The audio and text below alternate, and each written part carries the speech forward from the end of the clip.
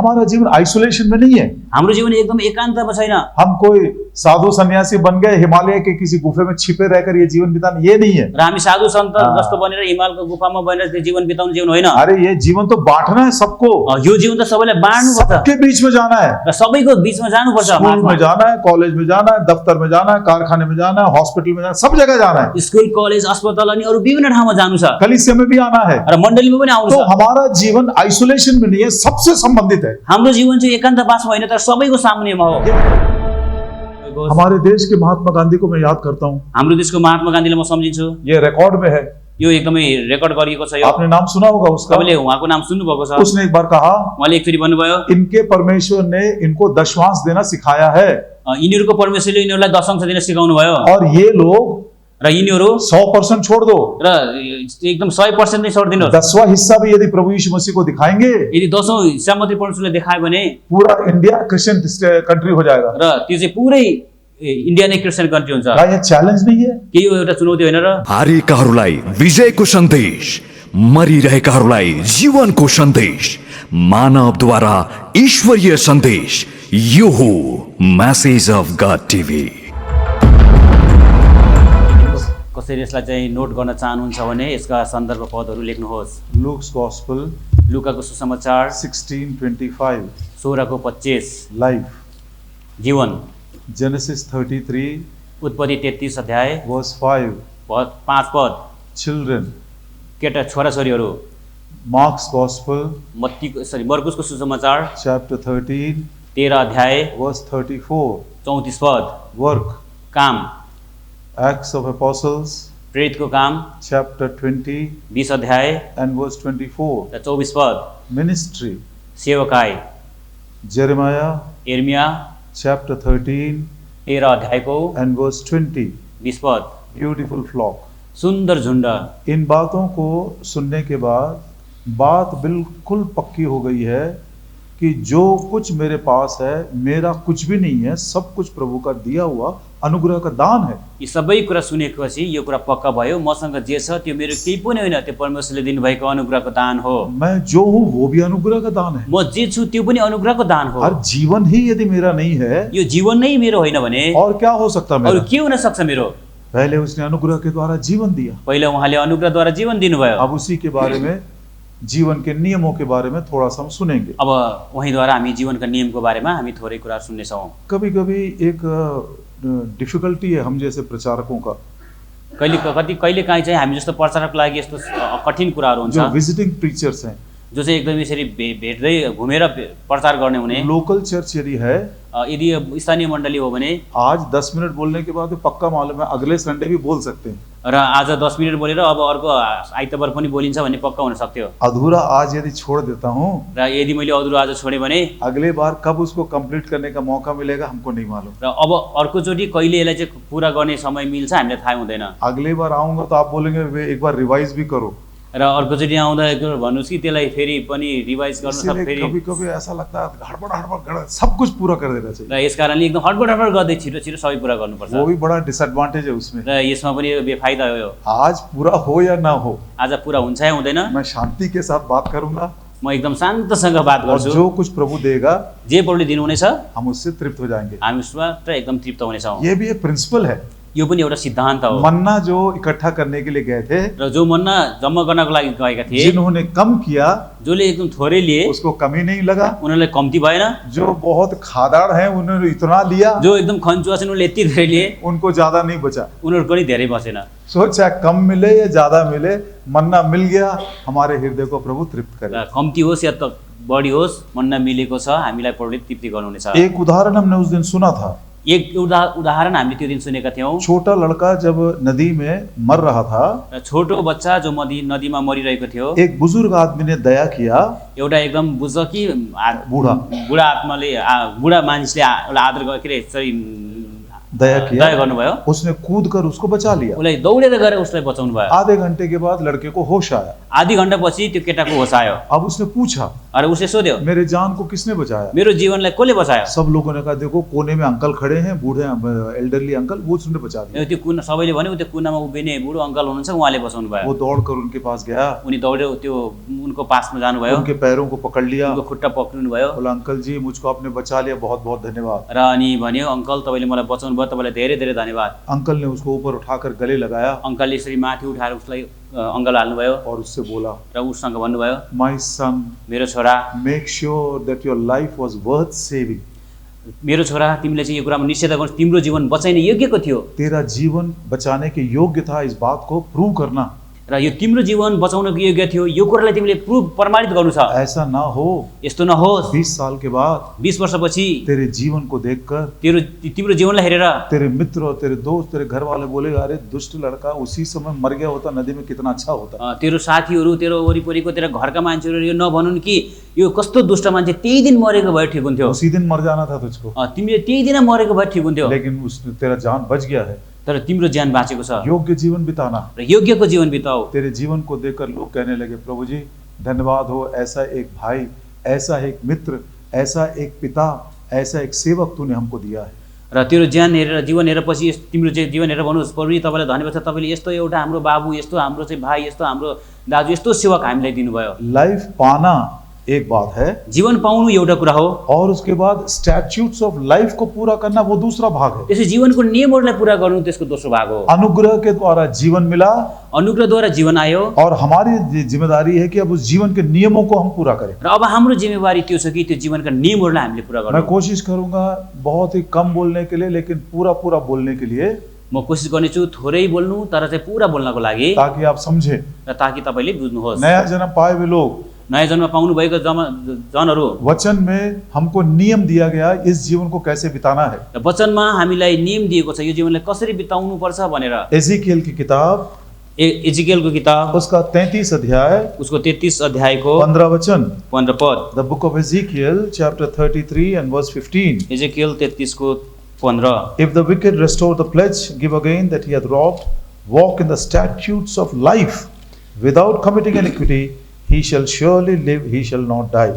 अर्थात् दुष्टले बन्धकहरू फर्काइदियो भनेर बलमिचाइ गरेर लुटेको माल फिर्ता दियो भने, अधर्म नगरिकन त्यो जीवनका नियमहरूमा हिँड्यो भने त्यो निश्चय बाँच्ने छ, त्यो मर्ने छैन।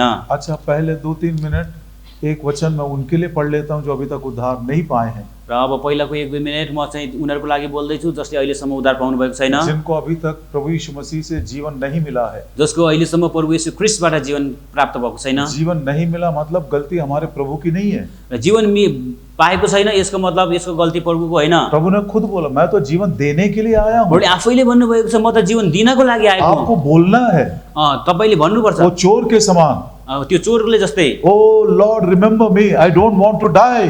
र प्रभु मलाई सम्झिनुहोस्, म मर्न चाहन्न। ऐसा आपको बोलकर वो जीवन को ले लेना है। र यस्तो बोलेर तपाईले जीवनले लिनुपर्छ। ये अनुग्रह का दान है। वो यो अनुग्रहको दान हो। यो अपने कर्मों से हम इसको कमा नहीं सकते। हाम्रो कामद्वारा हामीले यसलाई कमाउन सक्दैनौँ। मांगो तो तुमको मिलेगा।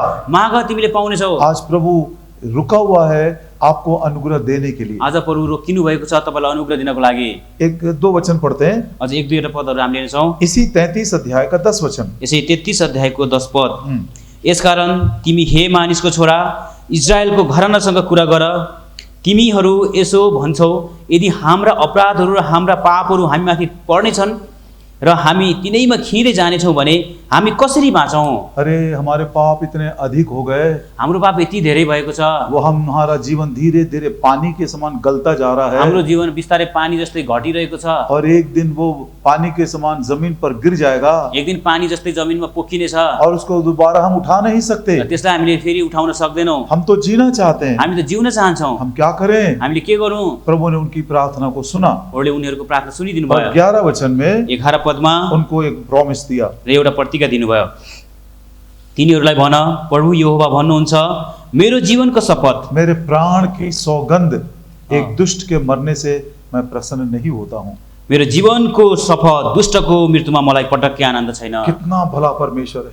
कस्तो भले असल र महान परमेश्वर हुनुहुन्छ। अपने नाम का शपथ लेकर ये बात कह रहा है। आफ्नो जीवनको शपथ खाएर उहाँले भन्दै हुनुहुन्छ नामको शपथ लिएर। ये झूठ नहीं है, यो झुटो होइन, ये सच बात है। यो साँचो कुरा हो। प्रभु की इच्छा है आपका नाश ना हो जाए, प्रभुको इच्छा छ तपाईँको नाश नहोस्। इसीलिए प्रभु यीशु मसीह प्राण बलिदान किया, यसै कारणले प्रभु येशू ख्रीष्टले आफ्नो प्राण बलिदान आपके लिए गर्नुभयो। मृत्यु को जीत लिया, तपाईँको लागि मृत्युलाई जित्नुभयो, आपके लिए पापों का प्रायश्चित किया, तपाईँको लागि पापको प्रायश्चित गरिदिनु भयो। आपके युद्ध को कलवरी के क्रूस के ऊपर शैतान के सिर को कुचल कर उसने पूरा कर दिया। तपाईँको युद्धको तपाईँको लडाईँलाई कलवरी क्रुसमा त्यो शैतानको शिरलाई कुचेर विजयी गरिदिनु भयो। इन लोगों के समान आप भी बोलिए, यो जनहरूको जस्तै हामी पनि भनौँ, प्रभु यीशु मेरे पाप मेरे सर के ऊपर से निकल रहे हैं। प्रभु मेरो पाप मेरो शिरदेखि माथि निस्किरहेको छ। कई बार मैंने कोशिश किया, कतिचोटि मैले कोसिस गरेँ, लेकिन मैं अपने आप को बदल नहीं सका। तर मैले आफैलाई बदल्न मेरी सकिनँ। बड़ी इच्छा है, मेरो ठुलो इच्छा छ, मैं पाप में मरना नहीं चाहता म हूं। पापमा मर्न चाहदिनँ। प्रभु आपको अपने नाम की खातिर अनुग्रह के द्वारा ये दान आपको देगा। प्रभु आफूलाई आफ्नो नामको कारणले तपाईँलाई अनुग्रहको यो दान दिनुहुनेछ। आज आप उस दिन को स्मरण कर सकते हो। आज तपाईँले त्यो दिनको लागि सम्झन सक्नुहुन्छ। सरल विश्वास से मैंने प्रभु से प्रार्थना किया, प्रभु ने मुझको जीवन का दान दिया। सरल विश्वासको कारण मैले विश्वासको आधारमा मैले प्रभुलाई पुकारेँ, उहाँले मलाई जीवन दान दिनुभयो। अब ये जीवन मिलने के बाद अब यो जीवन पाएपछि इसी जीवन के कुछ नियम है, यस जीवनको केही नियमहरू छन्। उसी को हमने 15 वचन में पढ़ा। उसैलाई हामीले 15 पदमा पढ्यौँ। If you walk in the statutes of life, पढ़िए उसको। यदि तिमी जीवनको नियममा हिँड्यौ भने। आप ये जीवन के नियम क्या है? यो जीवनको नियम के हो? हमारा जीवन आइसोलेशन में नहीं है। हाम्रो जीवन एकदम एकान्तमा छैन। हम कोई साधु सन्यासी बन गए हिमालय के किसी गुफे में छिपे रहकर ये जीवन बिताना, ये नहीं है। र हामी साधु सन्त जस्तो बनेर हिमालको गुफामा बनेर त्यो जीवन बिताउने जीवन होइन। अरे ये जीवन तो बांटना है सबको, यो जीवन त सबैलाई बाँड्नुपर्छ सबके बीच में जाना है। र सबैको बीचमा जानुपर्छ। स्कूल में जाना है, कॉलेज में जाना है, दफ्तर में जाना है, कारखाने में जाना है, हॉस्पिटल में जाना है, सब जगह जाना है। स्कुल कलेज अस्पताल अनि अरू विभिन्न ठाउँमा जानु छ, कलीसिया में भी आना है। र मण्डलीमा पनि आउनु तो छ। हमारा जीवन आइसोलेशन में नहीं है, सबसे संबंधित है। हाम्रो जीवन चाहिँ एकान्तवासमा होइन, तर सबैको सामुन्यमा हो। यदि आप प्रभु के साथ संबंध रखते हो, यदि तपाईँले प्रभुको सामुन्य सम्बन्ध राख्नुहुन्छ भने एक नियम उसका है, र उहाँको एउटा नियम छ, शैतान के साथ भी संबंध है। शैतानसँग पनि सम्बन्ध छ। वो इतनी आसानी से छोड़ेगा नहीं। उसले यति सजिलै छोड्दैन। गर्जने वाले सिंह के समान एकदम बहुत फेरोशियसली ढूंढ रहा है, कहां पर ये मिल जाएगा, कहां पर इसको मैं दबा दूंगा। र गर्जने सिंह जस्तै कसलाई एकदम फराउँ भनेर ऊ हिँडिरहेको छ।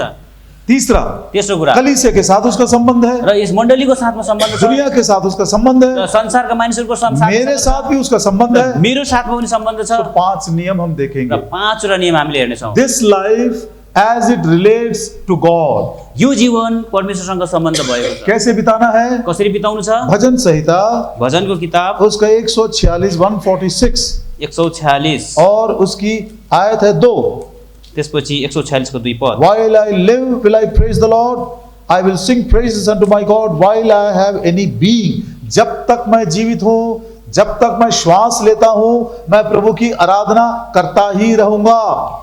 146 को 2, मेरो जीवनभरि नै म परमप्रभुको स्तुति गर्नेछु, मम जीवन रहुन्जेल म मेरा परमेश्वरको स्तुति गाउनेछु। ये पढ़ने के बाद मेरे मन में एक बार विचार आया, यो पढेपछि एकचोटि मेरो मनमा यस्तो विचार आयो, जब तक मैं श्वास लूंगा, जबसम्म म सास लिन्छु मैं आराधना करता रहूंगा। म आराधना गरिरहन्छु। अरे प्रभु जी 24 घंटा आराधना करना है तो सोना कब है, स्कूल कब जाना है, आराधना कब करना है, ढोलकी कब बजाना है, ये सब काम कब करेंगे? अरे प्रभुजी, अनि 24 घण्टे आराधना गर्ने त कति बेर स्कुल जाने, कति बेर अरू काम गर्ने, यो त अचम्म। तब मालूम पड़ा त्यसपछि मलाई थाहा भयो, आराधना का मतलब ये शब्द नहीं है। आराधनाको मतलब यो शब्द मात्रै होइन। आराधना का मतलब जीवन का एक शैली है। Worship is not words, it is a way of life. जीवन का एक पद्धति है वो। र यो चाहिँ यसबाट मलाई थाहा भयो, आराधना भनेको चाहिँ यो शब्द होइन, तर एउटा जीवनको बाटो हो। ये 2 वचन पढ़ने से मालूम पड़ता है। र यो 2टा वचन पढेपछि मलाई थाहा भयो, जीवन भर मैं तेरी आराधना करूंगा। जीवनभरि म तपाईको आराधना गर्नेछु। प्रभु जी मैं तो स्टूडेंट हूँ, प्रभु म त विद्यार्थी हुँ, स्कूल में जाना है, स्कुल जानु छ, फाइनल एग्जाम देना है, अन्तिम एक्जाम मेरे परीक्षा मन की दिन्छ, इच्छा है कि मुझको कुछ बनना है। र मेरो मनको इच्छा छ म केही बन्नु छ। ऐसे बहुत सारे काम है। धेरै काम छन्। यहां से मालूम पड़ा कि worship is not a song, worship is not a word, worship is a way of life. र यसबाट मलाई थाहा भयो, वर्शिप गीत मात्रै होइन, आराधना गीत मात्रै होइन, अनि शब्द मात्रै होइन, तर चाहिँ यो चाहिँ जीवनको चाल हो। स्कूल कॉलेज जा रहे हो, you can be a worshipper. र स्कुल कलेज जानुहुन्छ, त्यहाँ तपाईँले आराधना गर्न सक्नुहुन्छ। फैक्ट्री में जा रहे हो, यू कैन बी अ र वर्शिपर। एकदम कारखानामा गएर त्यहाँ पनि आराधना गर्न रात सक्नुहुन्छ। को सो रहे हो लेकिन you can be a worshipper. र रातमा सुतिरहनु, तर हुन सक्छ तपाईँ त्यति बेला चाहिँ आराधक हुनुपर्छ। क्या मीनिंग है? यसको अर्थ के छ? Because worship is a way of life. किनभने यो आराधना भनेको जीवनको बाटो हो। संक्षिप्त में सुनिएगा बस। र एकदम सुन्नुहोस् मात्रै छोटकरीमा। अब्राहम ने कहा, अब्राहमले भने मैं जा रहा हूं आराधना करने के लिए। म आराधना गर्नको लागि जाँदैछु। सेवकों को नीचे रख दिया, त्यो आफ्नो सेवकहरूलाई तल छोडे अपने बेटे को लेकर ऊपर चला गया। र आफ्नो त्यो छोरालाई लिएर माथि गए। किस लिए गया? कसलाई लिएर के को लागि गए? आराधना करने के लिए। र आराधना गर्नको लागि। पढ़ेंगे नहीं, लेकिन केवल रेफरेंसेस बोलते जाएंगे। हामीले पढ्दैनौँ, केवल रेफरेन्स अथवा सन्दर्भ वचन मात्रै भन्छौँ। जेनेसिस 22 and verse 5, उत्पत्ति 22:5 वो ऊपर चला गया उनी माथि गए, और उसने वेदी बना दिया, उनले वेदी बनाए, अपने बेटे को बांध दिया आफ्नो छोरालाई बाँधे और उसके वेदी के ऊपर लिटा र दिया। उसलाई चाहिँ त्यो वेदीमाथि सुताए। क्या करने के लिए गया? के गर्नको लागि गएको थिए? वर्शिप करने के लिए गया था। आराधना गर्नको लागि गएको थिए। आप ध्यान दीजिए, वर्शिप करने वालों के मुंह से एक शब्द नहीं निकल रहा है। र अब हेर्नु चाहिँ आराधना गर्नेको मुखबाट एउटा शब्द पनि निस्केको छैन। इसी से मैंने सीखा, यसैबाट मैले सिकेँ। Worship is not words, it is a way of life. र यो आराधना भनेको शब्द मात्रै होइन, यो जीवनको चाल हो। जो भी उदाहरण हम अभी देखेंगे, जुन उदाहरण हामीले हेर्छौँ, एक व्यक्ति ने भी मुंह खोलकर एक शब्द नहीं बोला, र यहाँनिर चाहिँ उसले एक शब्द पनि खोलेर मुख खोलेको छैन। ओ प्रभु जी, ऐसे आराधना करना हमको सिखाओ।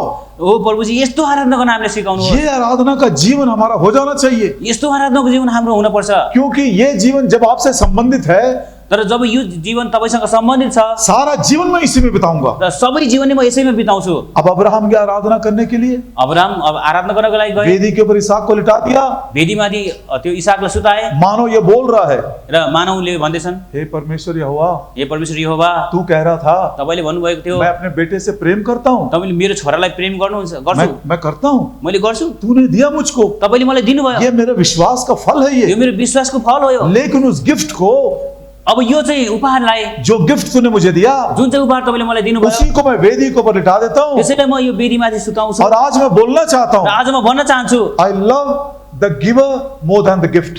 मैले चाहिँ मलाई जसले दिनुभयो त्यो उपहार भन्दा पनि बेसी त्यो दिनुहुनेलाई प्रेम गर्छु। जो दान मुझको मिला है, उससे ज्यादा मैं दाता उस गिवर से प्रेम करता हूँ। जुन दान चाहिँ मलाई दियो, त्यो दिनेवालालाई मैले त्यो दिएको दान भन्दा धेरै प्रेम गर्छु। लौदीकिया की कलीसिया, त्यो लाउडेसियाको कलेज मण्डली, ये हमारी कलीसिया भी, यो आजको हाम्रो मण्डली पनि, ये संसार के अंतिम दिनों की कलीसिया। लौदीकिया की कलीसिया के बाद प्रभु यीशु मसीह आ जाएंगे, ये लास्ट चर्च एज है। र यो चाहिँ लाउडेसियाको मण्डली पनि, अहिले हाम्रो मण्डली पनि, यो चाहिँ एकदम अन्तिम समयको यो मण्डली हो। इनको भी गिफ्ट्स मिला, उनीहरूलाई पनि एकदम दान मिल्यो, का अनुग्रह मिला। परमेश्वरको अनुग्रह मिल्यो। अब वो क्या बोलते हैं, अब के भन्छ, मैं बड़ा धनवान हो गया, म एकदम धनी भएँ, मुझको किसी भी बात की आवश्यकता नहीं मलाई है। कुनै पनि कुराको आवश्यकता छैन। अरे हमारे पास देखो क्या क्या नहीं है। हेर्नुहोस् न हामीसँग के छ, लेकिन प्रभु कहाँ पर है?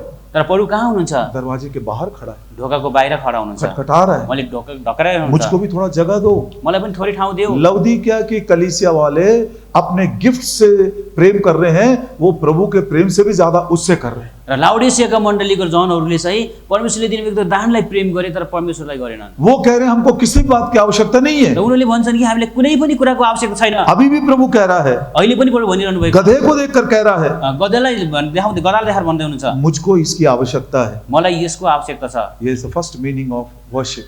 यो चाहिँ आराधनाको पहिलो अर्थ हो। I love the giver more than the gift. मलाई दिनुहुनेलाई दिएको चिज भन्दा धेरै प्रेम गर्छु। दूसरा, दोस्रो कुरा, मरकुस सुसमाचार, मर्कुसको सुसमाचार, मार्क्स गॉस्पेल चैप्टर 14, मर्कुसको किताब 14 अध्याय, और उसका वहां पर हम सब जानते हैं, मरियम ने अलबस्तर की कुपी तोड़कर उस प्रभु की आराधना की। हामी सबैलाई थाहा छ त्यहाँनिर चाहिँ मरियमले त्यो सिंहमुरको भुँडकोलाई फुटालेर प्रभुको आराधना गरिन्। सारा कमरा खुशबू से भर गया। र सबै त्यो कोठा गन्धले, त्यो सुगन्धले भरियो। पब्लिक वर्शिप है वो, यो एकदमै चाहिँ सार्वजनिक आराधना हो यो। और दूसरा प्राइवेट पर्सनल वर्शिप है वो। र त्यसपछि त्यो चाहिँ एउटा व्यक्तिगत आराधना पनि हो। उस आराधना में मनुष्य को कोई स्थान नहीं है। र त्यहाँनिर चाहिँ मान्छेको कुनै ठाउँ छैन, मान्छेलाई ठाउँ छैन। उस आराधना में मरियम को भी कोई स्थान नहीं है। त्यो आराधनामा मरियमको लागि पनि कुनै ठाउँ छैन। जो कुछ उसने तोड़ा, सब कुछ उसने प्रभु यीशु मसीह पर उड़ेल दिया। जुन कुरा उनले तोडिन् त्यो सबै प्रभु येशू ख्रीष्टको लागि गरिन्। ये आराधना देखकर यो आराधना देखेर सब चेले क्या बोल रहे हैं? र सबै चेलाले के भन्छन्? मरकुस का 14 अध्याय मर्कुसको 14 अध्याय और उसका 4 वचन, त्यसको 4 पद। अनि कतिजना मनमनैमा रिसाएका थिए र भने, होइन, सुगन्धित तेलको यस्तो बर्बादी किन गरिएको हो? Why was this waste? किन यस्तो बर्बादी? यही आराधना है। यही हो आराधना। आराधना का मतलब है, आराधनाको अर्थ, I am willing to waste my time, my talents and my treasure for my Lord. म चाहिँ मेरो सम्पत्ति, मेरो समय सबै परमेश्वरको लागि म चाहिँ खर्चिन चाहन्छु। खर्च नहीं, बर्बाद बर्बाद करना। करना हाँ, चाहते। खर्च करना मतलब स्पेंडिंग है, लेकिन ये स्पेंडिंग नहीं, वेस्टेज है ये। Lord, I am willing to waste all my time, all my strength, all my energy, all my talents for you. प्रभु म तपाईँको लागि मेरो सबै यो जति बुद्धि छ, मसँग भएको समय छ, मसँग भएको धन छ, त्यो सबै म चाहिँ बर्बाद गर्न चाहन्छु। ये जीवन का एक स्टाइल है ये. यो जीवनको एउटा चाहिँ नमुना हो। This is a way of life. यो जीवनको एउटा ढाँचा हो। A life which is willing to waste itself for the love of Lord Jesus Christ. जीवन जो आफैलाई परमेश्वरको लागि चाहिँ एकदमै बर्बाद गर्न चाहनु। एक और आराधना का सत्य, र अर्को एउटा आराधनाको सत्य कुरा, इनको हम टेम्पल वर्शिपर्स बोल सकते हैं या मंदिर में आराधना करने वाले। र यिनीहरूलाई हामीले चाहिँ मन्दिरमा आराधना गर्नेवाला पनि भन्न सक्छौँ। एजिकियल की किताब, एजेकियलको किताब और उसके एजिकियल एंड चैप्टर 40, एजेकियल 40 अध्याय, नहीं 46, 46 को, और उसका 9 वचन। एजेकियल 40 को 9 पद, एजिकियल 46 का 9 पद। तर जब देशका मानिसहरू तोकिएका चाडहरूमा परमप्रभुको सामु आउनेछन्, तब दण्डवत गर्नलाई उत्तरको मूलढोकाबाट भएर भित्र पस्ने मानिसलाई दक्षिणको मूलढोकाबाट भएर निस्कनेछन्, अनि दक्षिणको मूलढोकाबाट भएर भित्र पस्ने मानिसहरू उत्तरको मूलढोका भएर निस्केर जाओस्।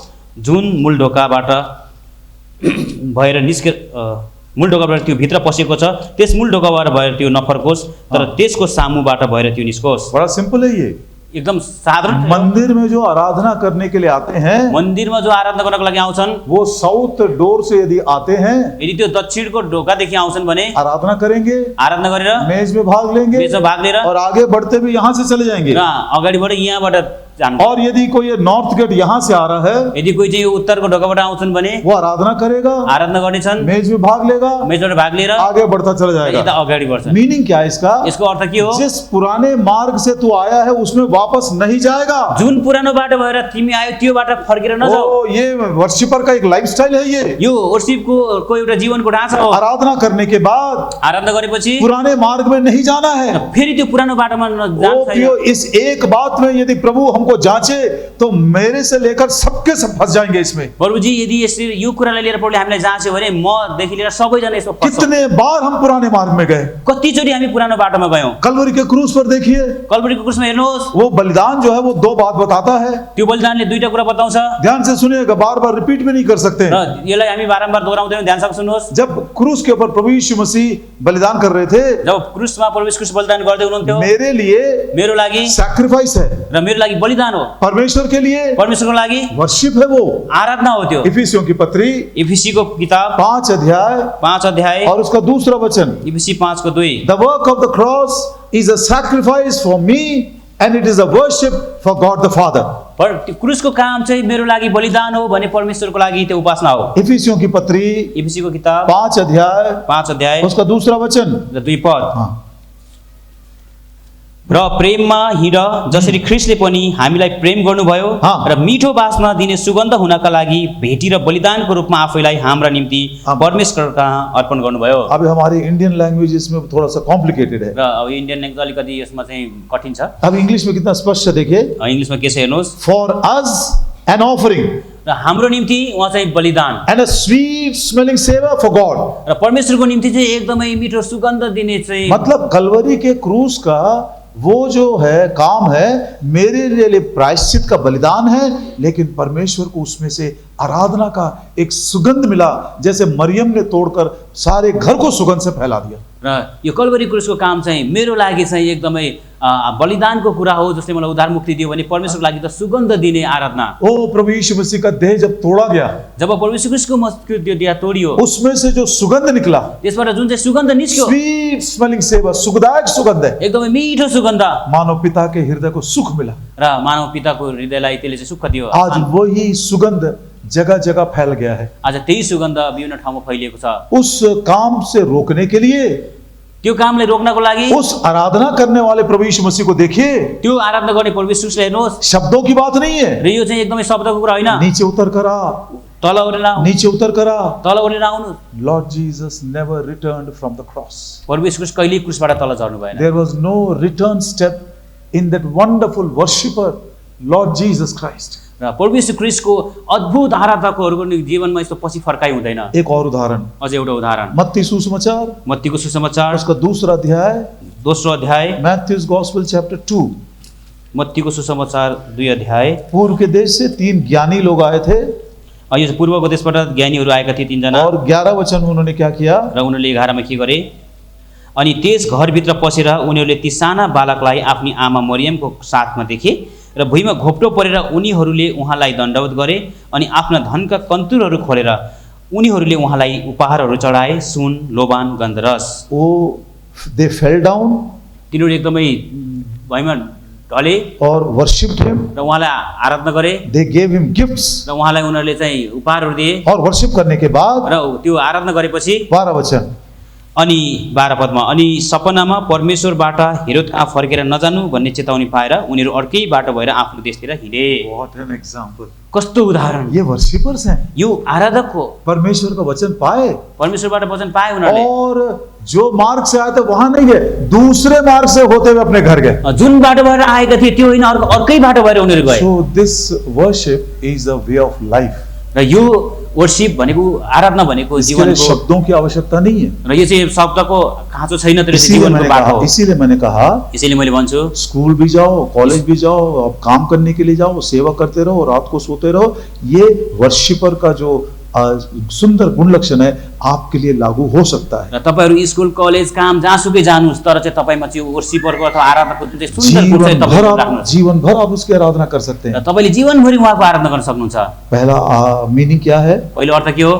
Lord I love you more than the gifts you are given to me. I love the giver more than the gifts. प्रभु मैले तपाईलाई, तपाईले दिनुभएको यो जति पनि दान छन् यो भन्दा पनि बेसी म प्रेम गर्छु। म चाहिँ त्यो मलाई दिनेवालालाई प्रेम गर्छु, तपाईले दिएको दानलाई होइन। इसके लिए बहुत बहुत समझ चाहिए हमको, उसको समझने के लिए भी। यसलाई बुझ्नको लागि हामीलाई एकदमै समझ शक्ति चाहिन्छ। लौदीकिया की कलीसिया गिफ्ट्स पाकर इतना ज्यादा वो केयरलेस हो गई है कि प्रभु को ही स्थान नहीं मिल रहा उस घर में। लाउडेसियाको मण्डली त्यो चाहिँ दानहरु पाएर यति सारो उनीहरु चाहिँ बेलापरवाही बने कि उनीहरु चाहिँ परमेश्वरको लागि ठाउँै दिएनन्। वर्शिप का फर्स्ट मीनिंग है, आराधनाको पहिलो अर्थ छ आई love the giver more than the gift. दान से ज्यादा मैं दाता से प्रेम करता हूँ। दान भन्दा पनि मलाई दिनुहुने दातालाई म धेरै प्रेम गर्छु। प्रभु जी ये जीवन भी आपका दान है, प्रभुजी यो जीवन पनि तपाईको दान हो, लेकिन ये जीवन से ज्यादा आपसे प्रेम करता हूँ। र म यो जीवन भन्दा पनि धेरै तपाईलाई प्रेम गर्छु। यदि आपको ये जीवन चाहिए, यदि तपाईलाई जीवन चाहिन्छ भने मैं देने को तैयार हूँ। म दिनको लागि तयार छु। मैं सब कुछ छोड़ने के लिए म तैयार हूँ। सबै कुरा छोड्नको लागि तयार छु। Any young brother whom the Lord is saying, I want your life. यदि कुनै जवानलाई परमेश्वर भन्नुहुन्छ म तिम्रो जीवन चाहन्छु, मुझको तेरा ज्ञान नहीं चाहिए, मलाई तिम्रो ज्ञान चाहिएको मैं छैन, तो सर्वज्ञानी हूँ। म त सर्वज्ञानी हुँ, मुझको तेरा बल भी नहीं चाहिए, मलाई तिम्रो बल पनि चाहिन, मैं तो सर्वशक्तिमान म हूँ। त सर्वशक्तिमान हुँ, मुझको तो कुछ भी नहीं चाहिए तुझसे, मलाई तिमीबाट अरु केही पनि मेरे चाहिदैन, पास सब कुछ है। मसँग सबै छ। जो जीवन मैंने तुझको अनुग्रह से दिया है, will you give it back to me? जो जीवन मैले अनुग्रहद्वारा तिमीलाई दिए के तिमीले मलाई फेरि दिन सक्छौ? यदि प्रभु आपसे आपका जीवन मांग रहा है, सब कुछ छोड़ने के लिए, आपकी नौकरी, आपका घर द्वार, आपके भाई बंधु सब छोड़कर, प्रभु जी मेरे जीवन से ज्यादा मैं आपसे प्रेम करता हूँ, मैं उसको वेदी पर रख दिया हूँ। यदि तपाईलाई प्रभुले यसरी तपाईँ जीवन मागेको तपाईलाई आवाज भइरहेको छ भने तपाईले पनि प्रभुजी मेरो नोकरी, मेरो सबै कुरा छोडेर म मेरो जीवन तपाईको निम्ति वेदीमा राख्दछु। आराधना का एक दूसरा मीनिंग, आराधना गर्नुको अर्थ, प्रभु जी मैं जो कुछ तूने दिया सब कुछ मैं बर्बाद करने के लिए तैयार हूँ। प्रभुजी जे पनि तपाईले मलाई दिनुभयो त्यसलाई चाहिँ म चाहिँ बर्बाद गर्नको लागि म तयारी छु। मंदिर के आराधक लोग मन्दिरमा आराधना गर्ने आराधना करने के बाद आराधना गरेपछि पुराने मार्ग में नहीं जाना है। उनीहरू चाहिँ पुरानो बाटोमा गएनन्। मैं तो कई बार इसको चैलेंज के रूप में लेता हूँ, प्रभु जी how many times I have turn to the old way. म त यो मेरो लागि कतिचोटि चुनौती भएको छ प्रभुजी, कतिचोटि मैले फेरि त्यही पुरानै बाटोमा फर्केको प्रभु छु। दया करे सच्चे आराधकों के समान पुराने मार्ग में हम ना जाएं। प्रभुले दया गर्नुभएको होस् कि हामीले चाहिँ साँचो आराधकको रूपमा हामीलाई पुरानो बाटोमा नलग्नु। So this is the life as it relates to, ये नियम है परमेश्वर से संबंधित नियम क्या है, आराधना में ही बिताना है। र यो परमेश्वरसँग सम्बन्धित जीवनको नियम के छ? परमेश्वरसँग आराधनामै बिताउनु। दोस्रो कुरा, ये जीवन जो शैतान से संबंधित है, यो जीवन जो शैतानसँग सम्बन्धित छ, इट इज अ वॉरफेयर। यो चाहिँ एकदम लडाईँको जीवन हो। वो इतनी आसानी से नहीं छोड़ेगा। उसले त सजिलै छोड्ने छैन। आप कहीं भी जाओ, तपाईँ जहाँ जानुहोस्, सेवा करते समय भी सेवाको गर्ने समयमा वो पनि बड़ा संघर्ष है, यो चाहिँ एकदमै ठुलो सङ्घर्ष एक छ। प्रकार का युद्ध है ये। एक प्रकारको युद्ध हो यो। ये गर्जने वाले सिंह के समान। उसको पढ़ते हैं, पहला पतरस उसका 5 अध्याय एकदमै 8 वचन। सिंह पहिलो पत्रुस 5 अध्यायको 8 पद। पहला पतरस 5 अध्याय और उसका 8 वचन। पहिलो पत्रुस 5 अध्यायको 8 पद। सचेत रहो, सावधान रहो, तुम्हारा विरोधी शैतान गर्जने वाले सिंह के समान यहाँ वहां घूम रहा है, किसको वो फाड़ खाए। सचेत रहो, जागर रहो, किनकि तिमीहरूको विरोधी शैतान गर्जने सिंह जस्तै कसलाई निलु भन्दै खोज्दै चारैतिर घुमिर्छ। ओ इस युद्ध को भी हमें जीतना है। हो यो युद्धलाई पनि हामीले जित्नु छ। तीसरा, तेस्रो कुरा, ये तीसरे जीवन का नियम है ये, यो तेस्रो जीवनको नियम हो यो, life as it relates to the church, to the house of God. र जीवन जो परमेश्वरको घरसँग सम्बन्धित छ। सेकेंड कोरिन्थियंस दोस्रो ग्रन्थी चैप्टर 1 1 अध्याय वर्स 24, दोस्रो ग्रन्थी 1 अध्यायको 24 पद, दूसरा कोरिन्थी 1 अध्याय और उसका 24 वचन। दोस्रो ग्रन्थी 1 अध्यायको 24 पद, हाँ। तिमीहरूको विश्वासमाथि हामी राज्य गर्ने होइनौ, हाँ। तर हामी तिमीहरूको आनन्दका सहायकहरू हौ। Oh we are helpers of your joy. हामी तपाईको आनन्दमा सहायता गर्नेवाला प्रभु हौ। के घर में प्रभुको घरमा अधिकार चलाने के लिए नहीं, अधिकार चलाउन होइन, तुम्हारे विश्वास पर प्रभुता करने के लिए नहीं। तिमीको विश्वासमाथि एकदमै प्रभुत्व गर्नको लागि ये होइन। कौन बोल रहा है? यहाँ के भनेको छ? पौलुस जैसा व्यक्ति बोल रहा है। यो चाहिँ पाउल जस्तो व्यक्तिले भनेको छ। लेकिन हम तो आपके आनंद में सहायक बनना चाहते हैं। हामी त तपाईहरुको आनन्दमा सहायक बन्न चाहन्छौँ। मेरे द्वारा कलीसिया में आनंद बढ़ता जाना चाहिए। मद्वारा मण्डलीमा आनन्द बढ्नुपर्छ। मेरे कारण मेरे भाई को दुखी नहीं होना, ठेस नहीं लगना है। मेरो कारण भाइलाई ठेस लाग्ने होइन, दुखी हुनु होइन। अब यदि पौलुस से पूछे, यदि पौलसँग सोध्नु भयो भने, पौलुस भाई पाउल भाइ आप दूसरों के आनंद को कैसे बढ़ाते हो? तपाईले यो एक अर्काको आनन्दलाई कसरी बढाइदिनुहुन्छ? दूसरा अध्याय दोस्रो अध्याय और उसका 3 वचन में कहता है, 2 अध्यायको 3 पदमा भन्छ, माई Joy is the Joy of you all. आखिरी में मेरो आनन्द तिम्रो सबैको आनन्द हो। मेरा आनंद ही तुम्हारा आनंद हो जाना चाहिए। मेरो आनन्द तिमीहरूको आनन्द हुनुपर्छ। मुझको कौन सी बात में आनंद आता है? मलाई के कुरामा आनन्द आउँछ? फिलिपियों की पत्री फिलिपीको किताब 1 अध्याय 1 अध्याय 4 वचन। 4 पद, नाम लेकर जब मैं प्रार्थना करता हूं तो मुझको बड़ा आनंद आता है।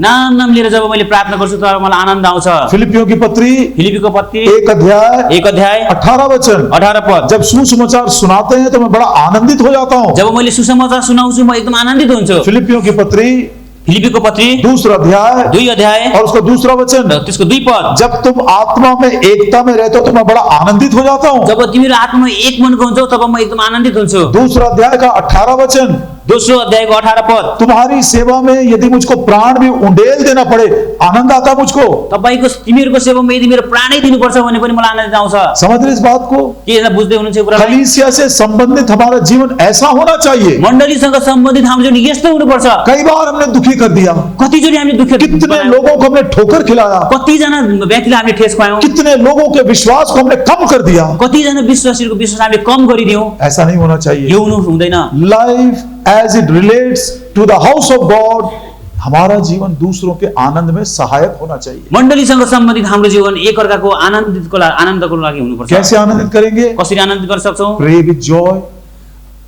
एकदमै आनंद के साथ प्रार्थना करो। प्रार्थनासँग आनन्दित, सुसमाचार सुनाते तो आनंद है। सुसमाचार सुनाउँदा आनन्दित हुने, प्राण यदि उंडेल भी देना पड़े मैं आनंद के साथ सेवा करूंगा। जीवनै दिन पर्यो भने त्यस आनन्दसँग सेवा गर्ने। चौथी बात, चौथो कुरा, this life as it relates to the world, दुनिया के साथ जो संबंध है वो कौन सा नियम है? र यो जीवन एकदम संसारसँग पनि सम्बन्ध छ। यो कस्तो नियम हो? पहला तिमोथी पहिलो तिमोथी पहला अध्याय पहिलो अध्याय 16 वचन। 16 पद, 1 तिमोथी चैप्टर 1 एंड वर्स 16 पहिलो तिमोथी 1 को 16, पढ़िए।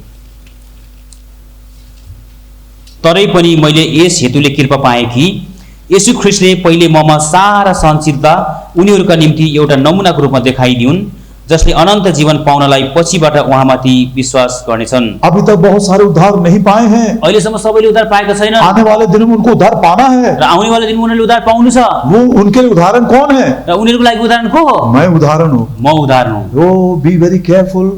The statute of life which relates to the world is we should be model Christians for others to be born again. प्रियहरू एकदम होशियार हुनुहोस्। यो संसारसँगको हाम्रो सम्बन्ध जीवन भनेको चाहिँ यो संसारसँग दिउनेहरूको लागि हामी एकदम चाहिँ नमुना क्रिस्चियन हुनु छ। अभी तक उद्धार नहीं पाए हैं। उनले अहिलेसम्म उद्धार पाएको छैनन्। क्या कोई मुझको देखकर ऑनेस्टली अपने हृदय पर हाथ रखकर सोचिए, मुझको देखकर क्या कोई बोलेगा, oh I want to be a person और अ क्रिश्चियन लाइक पॉल?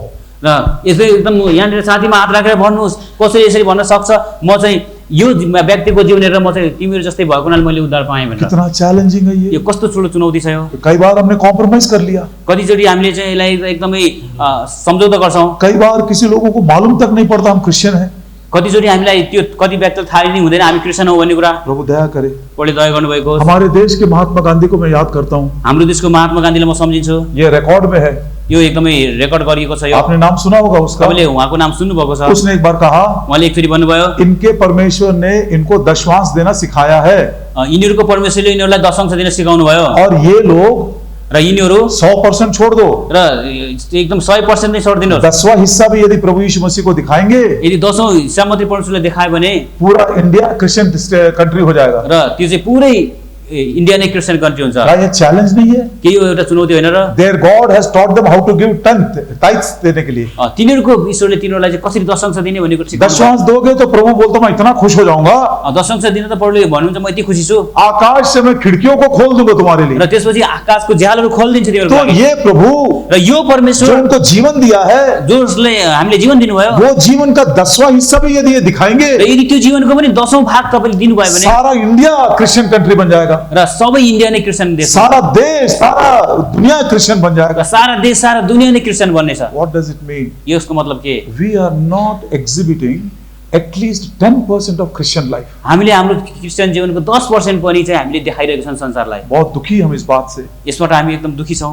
जीवन के नियमों को यदि तू मानेगा यदि जीवनको नियमलाई तपाईँले मान्नुहुन्छ भने तो जरूर जीवित रहेगा तपाईँ निश्चय नै जीवित रहनुहुनेछ। और बहुतों को मैं आशीष दूंगा। धेरैलाई आशिष This ल्याउनुहुन्छ। life यो जीवन, as it relates to God, यो जीवन एकदम ईश्वरसँग सम्बन्धित भएको अनुसार worship. उहाँलाई उपासना गर्नु। This life यो जीवन as it relates to Satan, यो शैतानसँग सम्बन्ध भएको अनुसार it's a warfare. यो एउटा युद्ध हो। This life यो जीवन as it relates to the house church, यो मण्डलीसँग सम्बन्धित भएको we कारण are only helpers of joy. हामी चाहिँ एकदमै अरूको आनन्दको सहायक। यदि किसी को हमने ठोकर खिलाया, यदि हामीले कसैलाई ठोकर खुवाएका छौँ भने, कोई हमसे दुखी है, कोही हामीसँग दुखी छ भने तुरंत जाकर क्षमा मांग लीजिए। तुरुन्तै गएर क्षमा मागिहाल्नुहोस्। चौथा नियम, चौथो नियम, this life as it relates to the world, यो जीवन संसारसँग सम्बन्धित भए अनुसार I want to be a model Christian. र म चाहिँ एकदमै नमुना ईसाई बन्नु छ। आखिरी में, अन्तिममा this life यो जीवन as it relates to me, र म आफैमा सम्बन्ध भए अनुसार क्या करना है? के गर्नु छ? फिलिपियों की पत्री फिलिपीको पत्री उसका 2 अध्याय 2 अध्याय और उसका 12 वचन। फिलिपी 2:12, फिलिपियों की पत्री 2 अध्याय 12 वचन। 2 अध्यायको 12 पद। यसकारण मेरा भाइहरू हो, जसरी तिमीहरूले सधैँ आज्ञा पालन गरेका छौ, त्यसरी नै मेरो उपस्थितिमा गरे जस्तो मात्र होइन, तर मेरो अनुपस्थितिमा झन् व्रत गरेर डराउँदै र कामदै आफ्नो मुक्तिको काम पुरा गर। अपने उद्धार के काम को डरते कामते पूरा करो। डराउँदै र कामदै आफ्नो उद्धारको कामलाई पुरा गर्नु। अब ये जीवन को मेरे लिए ऐसा बिताना है। र मेरो लागि चाहिँ अब यो जीवनलाई यसरी बिताउनु छ। डॉक्टर बनना है, बन जाओ। डक्टर बन्नु छ बन्नुहोस्, इंजीनियर बनना है, बन जाओ। इन्जिनियर बन्नु छ बन्नुहोस्, और कुछ बहुत बड़ा बनना है तो बन जाओ। अरू कुनै ठुलो कुरा बन्नु छ भने लेकिन बन्नुहोस्। व्यक्तिगत जीवन के विषय में तर व्यक्तिगत जीवनको बारेमा नियम कहता है, यो नियमले भन्छ जो उद्धार प्रभु ने तुझको दिया है, जो उद्धार परमेश्वरले तपाईँलाई दिनुभएको छ, वो उद्धार को डरते कांपते हुए पूरा करना है। यो उद्धारलाई चाहिँ एकदम डराउँदै र कामदै पुरा इसका गर्नु। क्या मीनिंग है? यसको के अर्थ छ? जो उद्धार हमको मिला जो उद्धार हामीलाई पायो वो कंप्लीट नहीं है अभी, यो अहिले पुरा भइसकेको वो छैन। पार्शियल साल्वेशन है। यो एकदमै चाहिँ खण्ड खण्ड गरेको मुक्ति हो अभी पार्शियल आधा अधूरा मिला है। र अब आधा अथवा अधुरो मिलेको छ। हमारा उद्धार 3 भागों में है। हाम्रो उद्धार 3 भागमा छ। एक पास्ट टेंस में है, एउटा चाहिँ बितेको समयमा एक छ, प्रेजेंट टेंस में है, यो अहिलेको समयमा छ, एक फ्यूचर टेंस र में एउटा है। आउनेवाला समयमा। आत्मा का उद्धार भी है, यो आत्माको उद्धार पनि छ, प्राण का भी उद्धार है प्राणको पनि उद्धार छ, और देह का उद्धार है। र यो चाहिँ शरीरको पनि उद्धार छ। मैं कई बार इसको मैं कॉन्वोकेशन में भी बोल चुका हूँ। यसको बारेमा मैले पहिले कन्भोकेसनको बारेमा भनिसकेको छु। हृदय का नया जन्म हो गया,